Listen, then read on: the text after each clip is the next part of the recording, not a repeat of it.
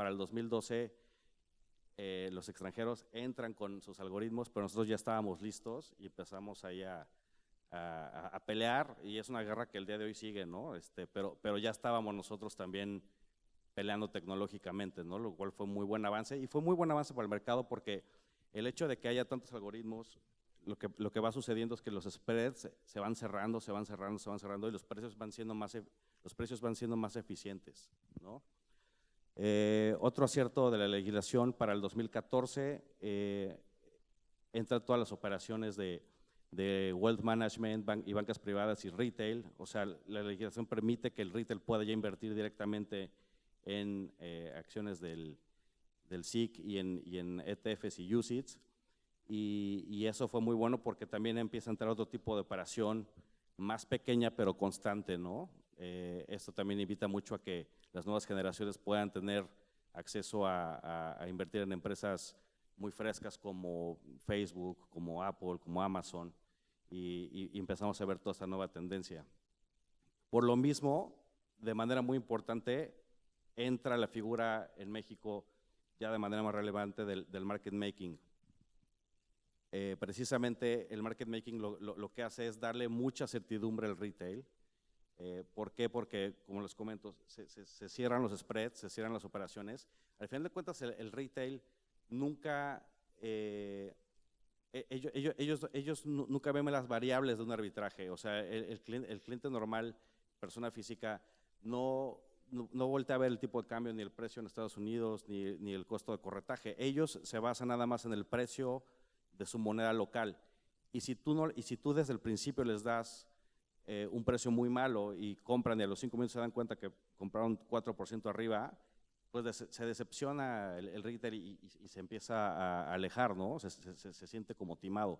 En cambio, cuando hay market makers y se cierran los precios y el cliente entra libremente a comprar o a vender, eso le crea mucha confianza, y al final de cuentas este negocio se trata de confianza, ¿no? De tener mercados eficientes. Para 2017 hubo un cambio importante. El Indeval, que es el custodio en México, quita a Deutsche Bank como sponsor, y también le quita la parte de custodia, y se hace cargo él al 100%. Fue como hacer como un takeover, pero al final de cuentas eso benefició al mercado porque los costos de conversión se disminuyeron bastante, y eso fue algo muy bueno. O sea, es decir, ya era más barato operar en el SIC. Para este año, digamos, pues, ha habido un cambio de tendencia operativa muy relevante en México. Lo que hemos visto hoy es que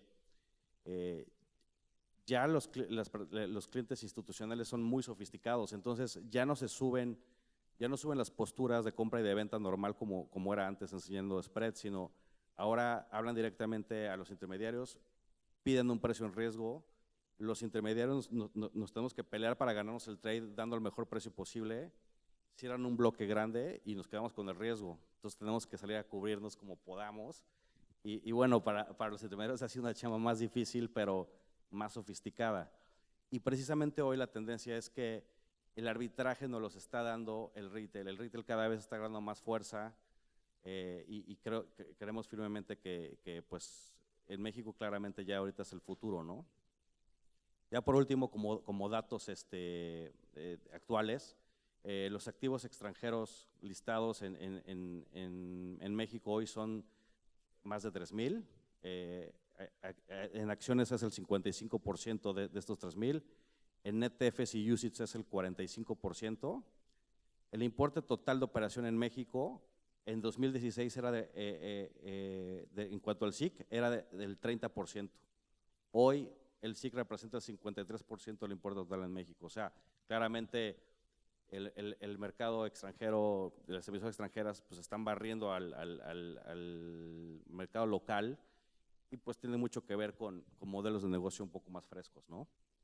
El importe de operación diaria en México es de $2,650 millones promedio, de los cuales 1,325 son del Sistema Internacional de Cotizaciones. Bueno, les agradezco mucho, espero que haya servido un poquito esta plática rápida, y pasamos a preguntas si quieren. Tal vez una pregunta de mi lado, Alejandro, muy interesante, las reflexiones. Eh, Conociendo lo que conoces del mercado del SIC en México y conociendo lo que conoces del mercado global colombiano en Colombia, ¿cuáles dirías tú que son aprendizajes que se han tenido de la experiencia en México, si quisiera resaltar uno o dos, que pudieran eventualmente aplicarse al mercado colombiano para seguir dándole vida a este mercado que ha venido creciendo, pero que tiene un potencial muy grande? Bueno, pues yo definitivamente creo que viendo un poco los temas desde el día de ayer, creo que este proyecto tiene muchos pies, tiene sentido. Creo que también saben bien, están muy conscientes de lo que quieren hacer. Y yo la verdad lo resumiría en una palabra y es facilitar las cosas. O sea, yo haría una homologación de pago de dividendos, de días festivos, de días de operación, para, con respecto al mercado local, para hacer esto de manera mucho más fácil. También creo que es esencial, o sea, es esencial que el cliente institucional local empiece a operar por medio del mercado local, o sea, que no nada más lo haga como es hoy. Me parece que hoy tienen la custodia en el extranjero. Eso es lo que le va a dar el motor, porque pues, ahorita hablamos de arbitraje y de spreads y esto, pero esto no se puede dar si no hay un volumen decente, y ese volumen decente lo tienen de inicio el cliente institucional. Entonces, el institucional también necesita una motivación para operar aquí localmente. Entonces, creo que ese es el reto más importante.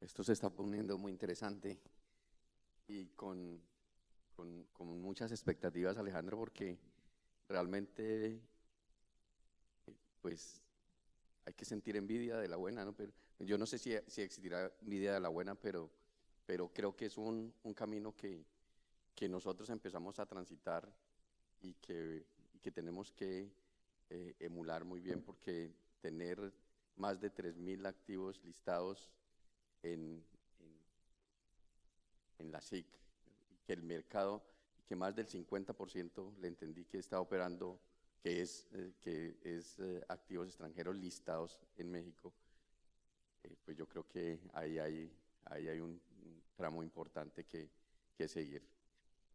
Pero básicamente me llama mucho la atención que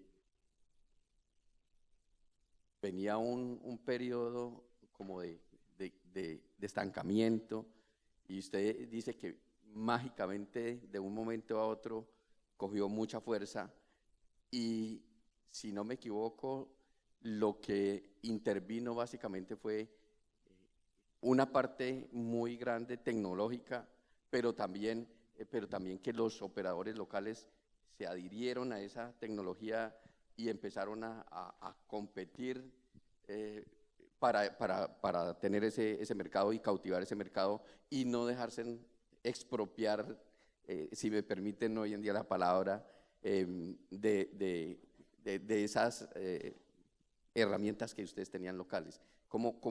¿Qué tuvieron que hacer? ¿Cuál es ese momento mágico que usted dice que le dio el impulso y la atracción al mercado de la CIP? Pues para nosotros, o sea, cuando menos para mí personalmente sí fue muy traumático ver en 2008 cómo éramos los reyes en el arbitraje de ADRs y de un día a otro se nos fue todo el negocio, ¿no? Entonces, para mí y para muchos colegas, entonces fue como, pues o sea, vamos a ponernos las pilas, vamos a aprender de lo que pasó para que no nos vuelva a pasar, ¿no? Y teníamos una segunda oportunidad, que era el SIC, porque si en ese momento no hubiera habido SIC, pues se nos hubiera acabado el negocio a muchos. Pero precisamente tuvimos una segunda oportunidad, y no es que todos la aprovecharon. O sea, te puedo decir que antes había más de 10 intermediarios haciendo arbitraje y hoy hay 2 o 3. O sea, fuimos muy pocos los que dimos ese salto, y entonces la verdad ahí sí creo que los dueños de estas corredurías, pues de manera muy visionaria, decidieron invertir en tecnología, decidieron gastar bastante dinero en esto. y no fueron resultados inmediatos y nos estrellamos varias veces y los algoritmos se nos apagaron y salimos y tomamos pérdidas bien grandes y, o sea, no fue, o sea, fue un proceso bien complejo, pero pues algunos dueños de las empresas, de las casas de bolsa, pues, aguantaron esta situación y después pues vimos el resultado positivo, ¿no? Como te digo, no fueron todos, pero sí fue a raíz de meternos mucho con empezar a contratar matemáticos y gente muy capaz en el tema de los algoritmos. Está bien. Entonces, La última pregunta del bloque de Alejo, y es, nos pusimos las pilas. Ese nos pusimos las pilas es muy colombiano también, ¿no? Sí, y ahí me entra la pregunta y es, ese nos pusimos las pilas necesariamente tiene que ver con un factor de conocimiento y educación, no solamente para el mercado, no solamente para los inversionistas, sino para los intermediarios, cómo evolucionaron en ese conocimiento, cómo dijeron, acá hay que estar a la vanguardia de ese conocimiento y cómo transmitieron ese conocimiento, cómo no se quedaron con ese conocimiento ustedes como intermediarios, sino cómo se lo transmitieron a los inversionistas y cómo hicieron que se ganara la confianza ese público inversionista, que entre otras cosas, ayer escuchaba una frase que me empezó a dejar muy marcado y es, la gente no quiere cambiar, la gente debe cambiar, a nadie nos gusta cambiar, pero debemos cambiar. Entonces, en ese proceso de cambio, esa educación me parece que es fundamental. ¿Cómo se dio ese paso tan importante para que el mercado coja atracción? Porque realmente se necesita tener el conocimiento, las herramientas, los vehículos para que todo funcione integralmente. Yo creo que fue un trabajo de todo mundo, o sea, no solamente fue alguien, o sea, la legislación tuvo que ver, tuvo aciertos en estos procesos. En ese entonces, en esos años, pues el gobierno también facilitaba un poquito las reglas, fue un poco más flexible, porque había esta hambre de ir creciendo el mercado financiero. Por ejemplo, hay instituciones, hay intermediarios que hacen retos en las universidades, ¿no? Entonces, es el reto de ver quién obtiene el mejor rendimiento de un portafolio virtual en los siguientes 3 meses y premia a los estudiantes. Entonces, ahora los estudiantes de muchas escuelas, salen con certificaciones para ser o promotores o operadores o con alguna figura de derivados, ¿no? Cuando antes en mis tiempos pues no salías así, ¿no? O sea, aprendías en las mesas de operación. Y ahora los jóvenes te das cuenta que ya traen un conocimiento cuando menos básico de los mercados, ¿no? Entonces, sí fue un proceso muy bueno y fueron años que creo que las estrellas también se alinearon para poder hacer todo esto. Me preocupa un poco a futuro en este momento cómo ven las cosas, porque no se siente esa misma sinergia de años anteriores, porque al parecer no hay como el mismo tipo de flexibilidad y de apoyo, pero básicamente fue así. O sea, creo que fue un trabajo de instituciones con reguladores y con la parte gubernamental. A ti. muy bien. Dándole continuidad a la conversación y complementando tal vez lo que nos comentaba Alejandro, voy a comentarles un par de temas. Voy a dar algo de contexto de qué ha pasado con el mercado global colombiano, unas cifras que el equipo de la Bolsa nos compartió para que todos estemos en la misma página y entendamos cuál ha sido la evolución que el mercado ha tenido. Voy a hablar de un par de tendencias que hemos visto en el mercado de wealth management a nivel global, que han explicado un crecimiento muy importante en los ETFs, un crecimiento mucho más rápido en los ETFs del resto de la industria de asset management, que nos hacen sentir muy optimistas de que los ETFs van a seguir creciendo a nivel mundial y que nos hacen sentir muy optimistas de que estas herramientas van a ser muy útiles para los diferentes jugadores en el mercado local. Y por último, voy a terminar siguiendo el consejo que recibimos varios ayer de ser propositivos y cómo tal vez un par de ideas que hemos compartido con algunos de ustedes ya, de cómo tratar de poner todos un poco para apalancar este mercado y que al final se convierta en un mercado que nos ayude a crecer la torta. Al final lo que queremos es traer más inversionistas y ojalá que este mercado se convierta en un mercado atractivo para atraer inversionistas, no solamente para el mercado global colombiano, sino que también estos inversionistas inviertan en otro tipo de inversión, de instrumentos en el mercado local. Entonces, ¿de qué estamos hablando? El mercado global colombiano, como todos sabemos, es el mercado de la bolsa en el que operan valores extranjeros, ¿verdad? Este mercado hace un año, en septiembre del 2021, lanzamos en el mercado global colombiano 9 ETFs, ¿verdad? Listamos 9 ETFs internacionales que han tenido y marcaron un punto de inflexión en la plataforma. Hoy en día, un par de números para que tengan presentes, el saldo en custodia es de 33 millones de dólares, en septiembre del 2021 era de 2 millones de dólares, esto es un crecimiento de 16 veces en un periodo de un año. En términos de volumen negociado diario, durante el mes de agosto se operaron 3.000 millones de pesos diarios. Hace un año esa plataforma del mercado global colombiano operaba 160 millones de pesos diarios, crecimiento de 17 veces en un periodo de un año. Yo creo, doctor Juan Pablo me corrige, pero debe ser dentro de la plataforma de productos de la bolsa lo que más crece. Y yo creo que es un signo interesante. Todavía, para serles franco, yo veo los valores y digo 33 millones de dólares, es muy chiquito.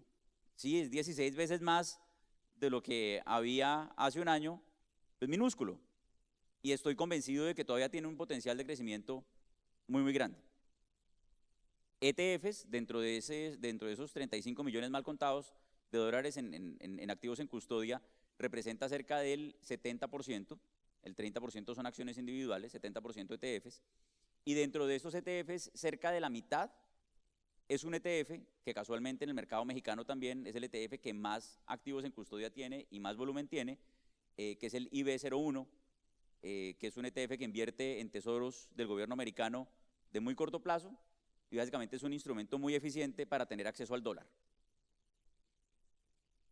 Usted quiere comprar dólar en lugar de ir a la casa de cambio y comprarlos y meterlos debajo del colchón, puede ir por medio de la comisionista y comprar el IB01 y tiene acceso inmediato al dólar de una manera muy, muy eficiente, y esa eficiencia es lo que ha reflejado que cerca de la mitad del volumen de los ETFs que están en el mercado global colombiano hoy en día están en ese instrumento, y el otro, el siguiente, es el CSPX, que es el que sigue acciones del Standard & Poor's 500. Y como dice, hay 9, estamos trabajando para traer otra vez, ojalá, más instrumentos y que al final se conviertan en ladrillos que permitan a los inversionistas construir portafolios más eficientes. Por ahí si me ayudan con la presentación aquí en pantalla, por favor. Está muy sofisticado, ¿vale? ¿Y esto cómo se pasan las páginas? ¿Con el verde? Está bien.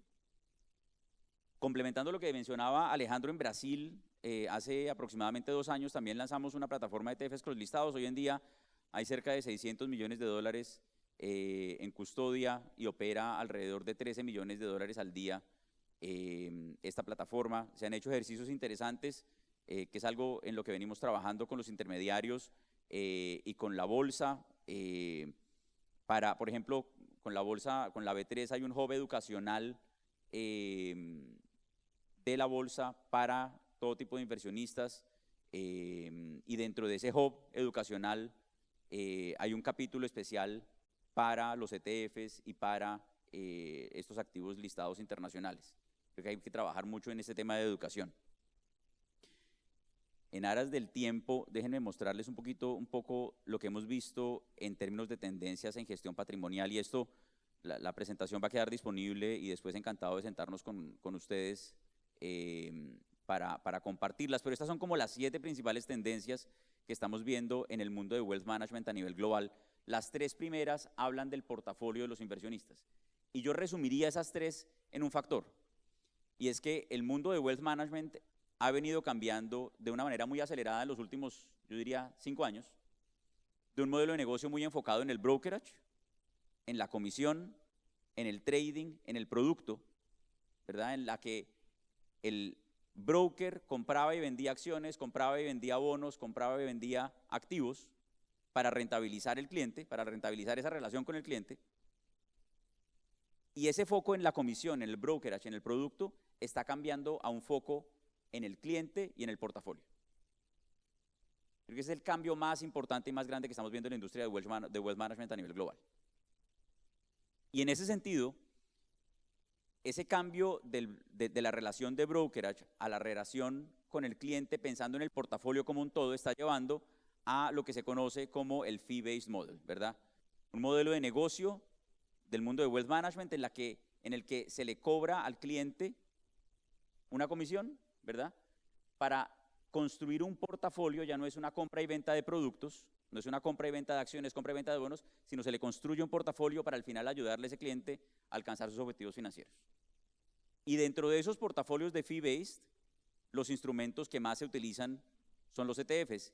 Y volvemos a la historia de los ETFs. Los ETFs han venido creciendo a una tasa cercana al 26% anual en los últimos años, en una industria de asset management que como un todo crece el 4%. Unas tasas de crecimiento bastante más altas que el resto de la industria, y esto explica de una parte muy importante esas tendencias.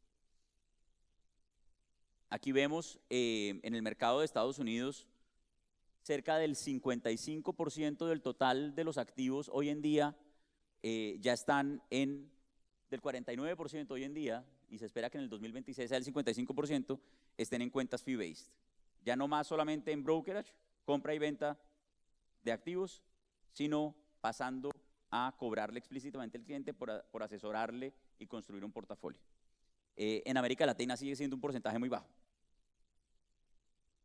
En América Latina la relación de wealth management continúa siendo muy basada en la comisión y en la transaccionalidad, y ahí es un cambio importante que sentimos que se está dando en los mercados internacionales y que va a llegar acá. En Colombia tenemos las APTs, y con una capacidad instalada, operacional, tecnológica y de equipos para administrar un número de APTs para un segmento de cliente. Valdrá la pena pensar en lo que estamos viendo en el mercado internacional con unos desarrollos tecnológicos muy importantes para permitir una masificación de los equivalentes a las APTs a nivel internacional en términos de onboarding y de rebalanceo a escala de portafolios. De pronto vale la pena pensar en desarrollos para masificar ese manejo de cuentas individuales, y de nuevo dentro de esas cuentas individuales estos instrumentos como los ETFs se constituyen instrumentos ladrillos muy eficientes para ese efecto. Otra tendencia que quería resaltar tiene que ver con el tema de los jugadores digitales. Los jugadores digitales durante la pandemia crecieron una barbaridad, y acá dentro de estos números que muestro en la gráfica quisiera ilustrarlos a la barra amarilla, solamente para resaltar uno de ellos. Fidelity, solo Fidelity, durante el año 2021 pasó de tener 26 a tener 32 millones de cuentas individuales. Solo Fidelity, un jugador, creció en 6 millones de cuentas individuales durante la pandemia, un crecimiento en un año del 23%. En Colombia y en la región hemos visto también un crecimiento y un desarrollo importante de jugadores digitales que están facilitando el acceso a todo tipo de inversionistas al mercado de capitales. Yo creo que eso es un tema en el que toca seguir invirtiendo, en el que toca seguir haciendo esfuerzos para de nuevo crecer la torta, traer más jugadores, traer más inversionistas y ayudarle a una cantidad más grande de la población a construir portafolios que les ayuden a alcanzar sus objetivos financieros.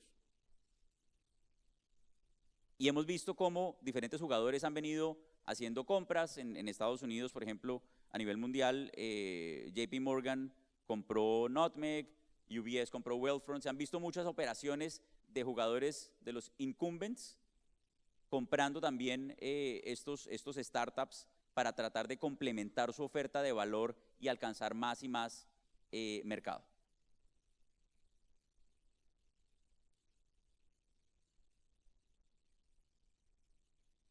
Y cierro con un par de conclusiones, obedeciendo a la doctora María José ayer y tratando de ser propositivos. A ver, yo creo que hay un diagnóstico claro y es: los inversionistas necesitan más activos para construir mejores portafolios, para llegar a sus objetivos de inversión. Yo creo que todos estamos de acuerdo en eso y creo que esta plataforma de ETFs se constituye en una herramienta de acceso única para alcanzar ese objetivo. Ayer lo veíamos y Daniel nos mostró unos gráficos de cómo hay un proceso de offshorización del mercado de wealth management. Y los varios jugadores locales y regionales han venido aumentando su oferta offshore para los clientes locales, y eso a su vez representa un reto importante para la industria onshore, para la industria local. ¿Qué servicios, qué soluciones de inversión le vamos a ofrecer a las platas que se quedan? ¿Cómo vamos a hacer para atraer más inversionistas con más opciones de inversión para que inviertan tanto en activos internacionales pero también en activos locales? Atraigamos inversionistas, y estoy convencido de esta plataforma en el mercado global colombiano puede ayudar con ese propósito. Y tal vez cierro con un llamado de acción, invitándonos a todos a actuar en conjunto. Yo creo que, aprendiendo de lo que se hizo en México, es muy importante que las mesas propietarias continúen trabajando para construir esas tuberías, para construir esos canales con los market makers de estos ETFs para poder dar liquidez en el mercado local. Entonces, construir la tubería es un paso inicial, pero una vez construida la tubería, ojalá tengamos en el mercado global colombiano más mesas propietarias dando liquidez en pantalla, apretando los spreads para, como decía Alejandro, cuando el inversionista retail entre, tenga una buena experiencia. Eso es fundamental. Segundo, entrenamiento a fuerzas comerciales. Hemos hablado con varios de ustedes y creo que en las conversaciones con todos, sin excepción, ven esto como una plataforma interesante, una herramienta muy buena, pero hace mucha falta trabajo con las fuerzas comerciales para capacitarlos y educarlos acerca de lo que se puede hacer con esta plataforma. Tercero, educación al cliente final. Ahí hay mucho que hacer también. Y ligado a esa educación al cliente final, yo creo que al interior de las firmas comisionistas, no solamente la mesa de posición propia, no solamente el trabajo con las fuerzas comerciales, pero también vincular cada vez más a las áreas de estrategia para que generen estrategias de inversión que pongan a disposición de sus clientes y de alguna manera le den ideas de inversión para apalancar este tipo de plataformas. Y para todo ello, obviamente, estamos nosotros más que dispuestos a trabajar con ustedes con el propósito, y lo reitero, de que este mercado, el mercado global colombiano, se convierta en una herramienta que atraiga más y más clientes colombianos a invertir en el mercado de valores, que terminan no solamente invirtiendo en el mercado global colombiano, sino que puedan también invertir en las acciones y en los nuevos productos que vayan a salir, siguiendo un poco los consejos del súper de ayer. Con eso paramos y abro a preguntas eventualmente.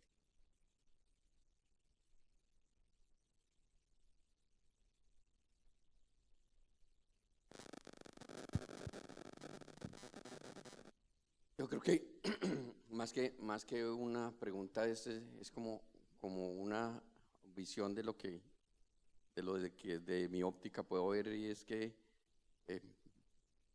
yo creo que también es muy interesante que aparte de BlackRock lleguen jugadores, jugadores pues, gestores de ETFs. En Brasil, por ejemplo, tenemos 5. En Brasil están más o menos listados alrededor de 124 ETFs. Y con 5 grandes jugadores, entre ellos pues ustedes, está GlobalX y otros 3 que se me escapan. Entonces yo creo que también es importante, acá tenemos, creo que tenemos dos, o prácticamente BlackRock, entonces yo creo que también hay que incentivar para que más lleguen y esa competencia sea muy, muy productiva. No sé si me estoy metiendo mucho al rancho o ¿qué opinas al respecto? Se trata de eso, entre más oferta haya, más atractivo se vuelve el mercado y más logramos el objetivo de crecer la torta, que es, yo creo que lo que todos estamos pretendiendo en este mercado. Doctor Aristóbulo, o Alejandro, ¿alguna pregunta de tu Sí, lado? yo de mi lado estoy totalmente de acuerdo con lo que tú dices, Diego. Yo te preguntaré nada más por pura curiosidad. Hoy por hoy vemos que la figura del UCIT está tomando cada vez más relevancia en el ETF. O sea, la diferencia del UCIT es un tema fiscal. ¿No convendría más tal vez empezar a promover directamente el UCIT más que el ETF en el mercado colombiano, ya que la tendencia va hacia allá? No, precisamente en Colombia los ETFs que están listados son los ETFs UCITS. Son UCITs. Son los UCITS que, digamos, son más eficientes desde el punto de vista tributario en términos de distribución, y además se listaron los UCITS que no hacen distribución a los inversionistas, hacen reinversión de los dividendos o de los cupones, con lo cual, desde el punto de vista tributario, lo cual también es una eficiencia, porque solamente es al momento de la venta en la cual, en el momento en el que se paga una tributación, ¿verdad? Porque no hay una distribución de dividendos sobre la cual pagar una tributación sobre dividendos. Eso lo hace eficientes. Y sí, sin duda, los ETFs UCITS son los que más atractivo tienen para estos mercados. O sea, si entiendo bien, en realidad sí son ETFs, pero tienen el beneficio del UCIT, ¿no? Son los ETFs, son los Exchange Traded Funds domiciliados en Europa, Ok, los UCITS. de acuerdo. Sí. Doctor Aristóbulo. Bueno, desde mi ángulo, ayer fue un día de bastante profundidad de pensamiento. Pensaba, para hacer diversificación de portafolios hay que diversificar los pensamientos.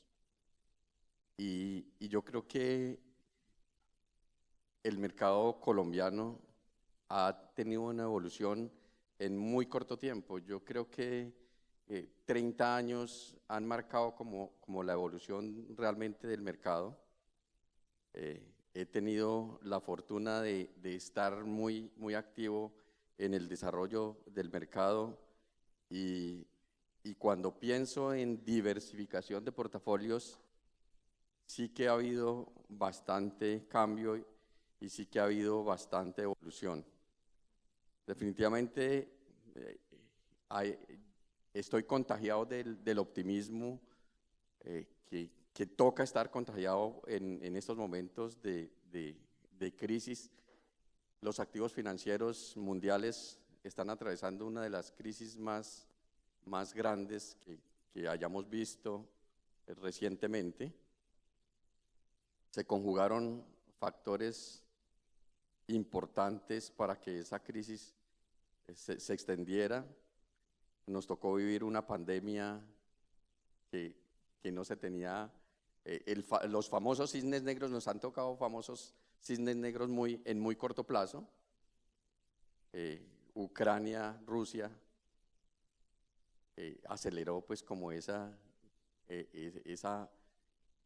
procesos inflacionarios bastante complejos que todos conocen más que yo y que hemos vivido bastante de cerca.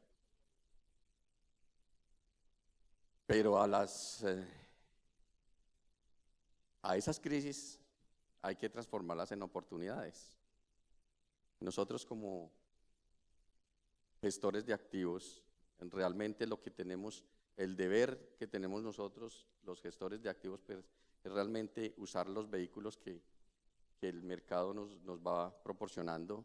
Y en ese orden de ideas, en el mercado global colombiano vemos un potencial importante.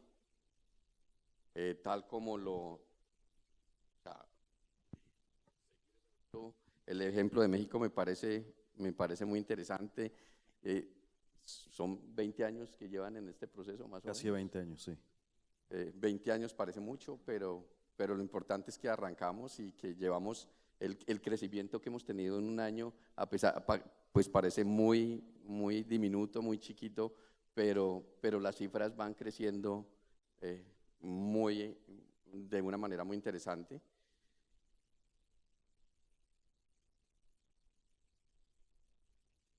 Con esta herramienta que nos ofrece con la plataforma del mercado global colombiano, Educoldes desarrolló a través de la gerencia, de la dirección de estrategia, que tenemos un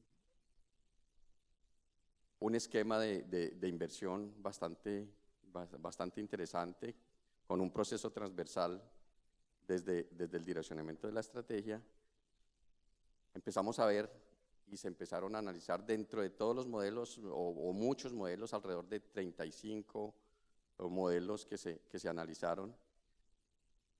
Pudimos establecer que participando en el mercado global colombiano, con los ETFs listados, con los 9 ETFs listados, 3 de renta fija y 6 de renta variable, más las acciones que se tienen listadas, se podrían hacer también portafolios eficientes. Y es así como se hicieron diferentes ponderaciones, asignaciones, se determinó todo el componente de sensibilización de las diferentes opciones que podíamos tener, y se escogió un modelo táctico de asignación defensiva de activos.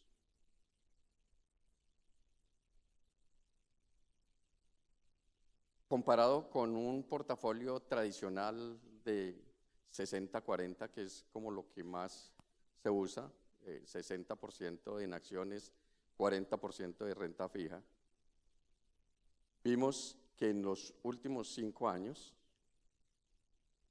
el portafolio óptimo de hacer la combinación solo con los activos que se tienen listados en el mercado global colombiano, se tenía un comportamiento bastante diferente e importante, y sobre todo lo determinante en el resultado es que el nivel de riesgo prácticamente se mantuvo.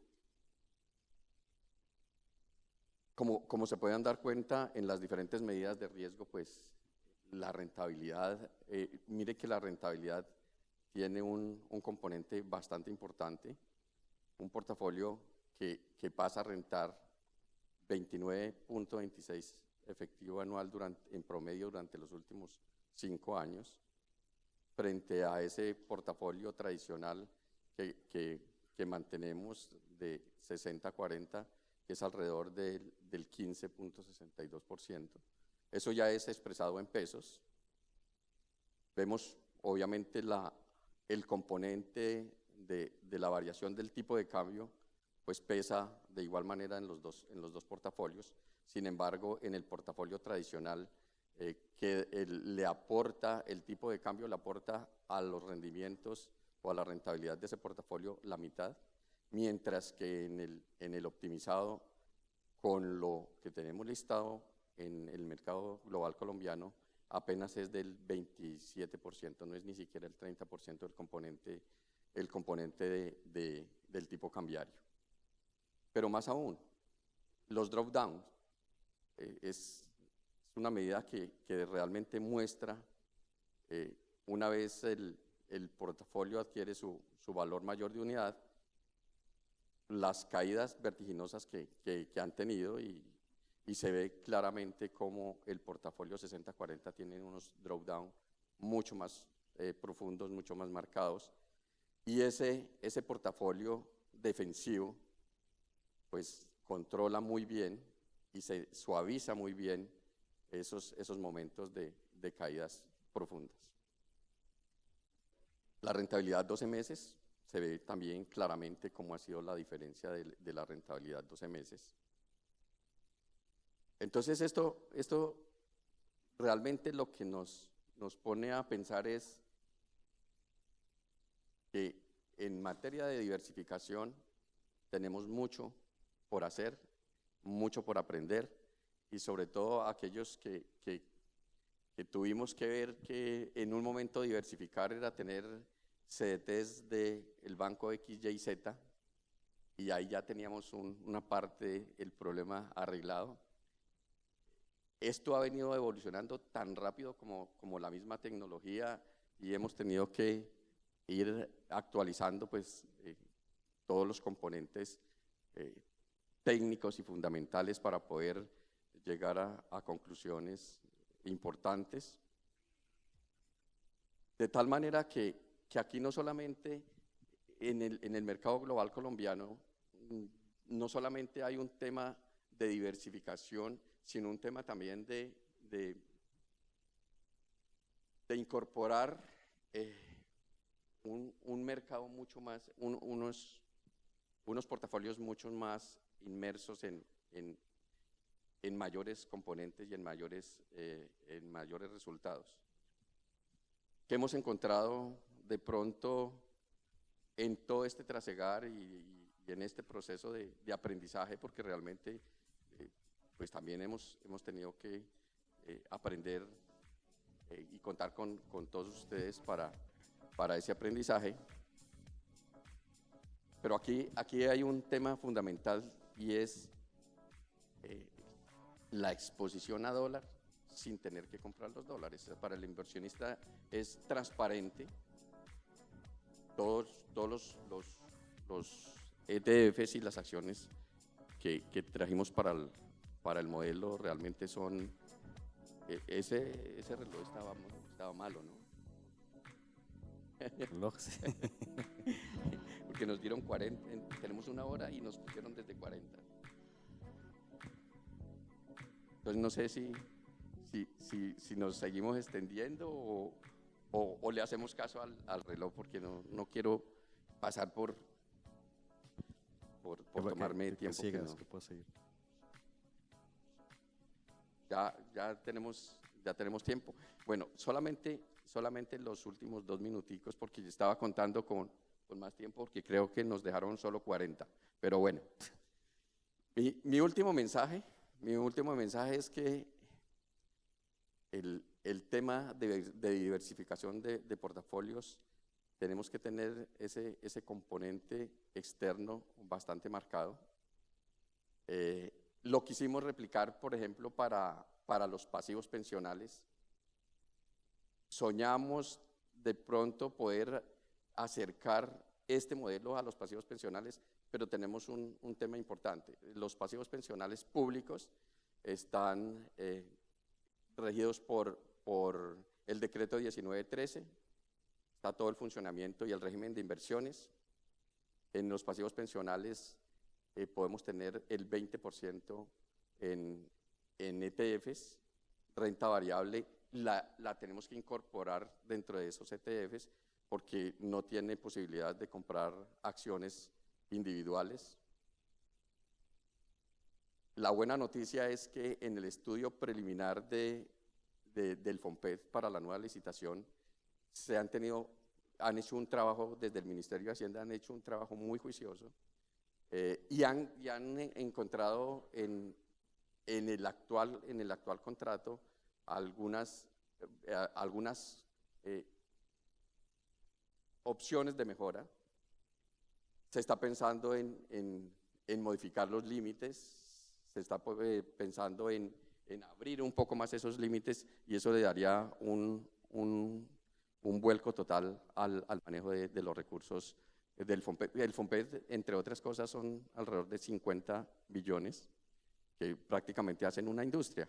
Entonces, creo que se vienen muy buenas cosas. Se están incorporando todas estas recomendaciones, no solamente de los actuales administradores, sino del mercado en general y de la emisión de capitales, que el Ministerio ha sido muy muy juicioso y ha entendido perfectamente como el proceso que le tenemos que dar al manejo de estos recursos que son bastante importantes y que tienen una connotación social muy, muy grande.